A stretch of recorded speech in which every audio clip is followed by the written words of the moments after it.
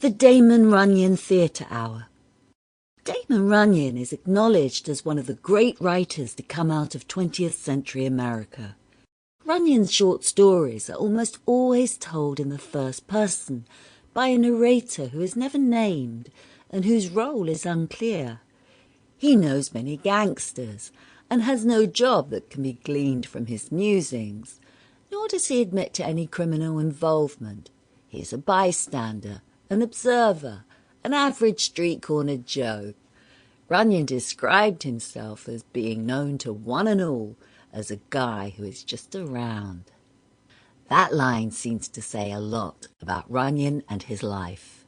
It was like you were with him on some street corner hustle or some shady dive, and he was filling you in on all the angles, all the gossip, all of life.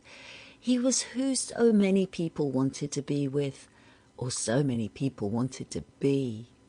Of course, the cliché about newspaper men and writers is that they are heavy drinkers, chain smokers, gamblers, and obsessively chase women with a sideline in the gathering of stories and facts, and actually getting something written just before the deadline hits. That seems like Damon Runyon and his life summed up in one sentence. His stories became legendary ways of looking that bit differently at America, of soaking up the atmosphere of a glamorous and rip-roaring age and distilling it into black and white type, or in our case, the Damon Runyon Theatre Hour. Here's our first story.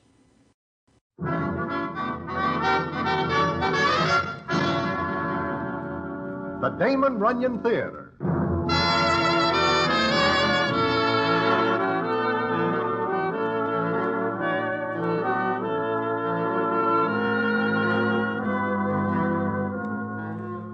Once again, the Damon Runyon Theatre brings you another story by the master storyteller, Damon Runyon.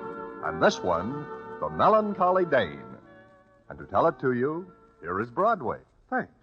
Well, it is a matter of a few years back that I am sitting in Mindy's enjoying a snack when I look up and see that Ambrose Hammer, the dramatic critic, is looking down at me. Now, it happens quite often that citizens come into Mindy's and pick my table for some discussion or other, so I think nothing of it when Ambrose seats himself and opens the proceedings as follows. Hello, Broadway. Doing anything special tonight? No. What is on your mind? Want to go to a play? What kind? Hamlet. Oh, no. Ever see it? Oh, I never see it, but I know all about it. At 2 a.m, this place is crowded with citizens who think they are actors and who do all their practicing as follows. To be or not to be? That is the question. Whether it is nobler in the mind to suffer, etc., to wit. You know, Ambrose, that makes for very dull conversation because it is very one-sided. Uh-huh. Anyhow, go with me tonight. Well, what is special about tonight? Mansfield Southern is playing the Melancholy Dane.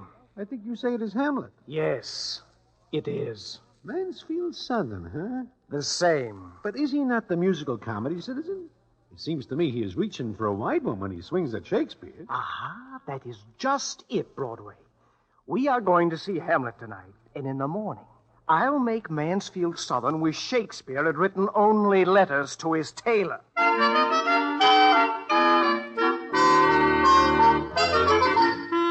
So I go along with Ambrose Hammer to see Mansfield Southern in Hamlet.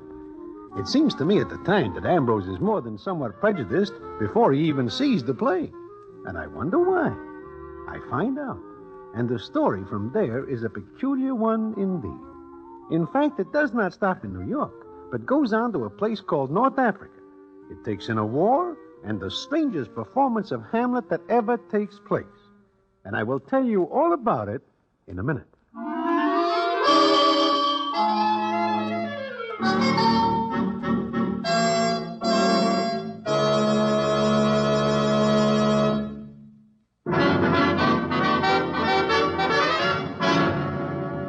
And now, back to the Damon Runyon Theatre and the famous story, The Melancholy Dane.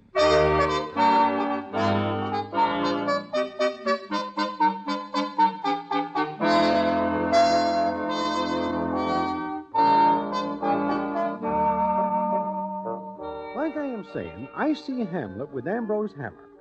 Now, I personally prefer shows which have a little more dancing and singing. So Sample complete. Ready to continue?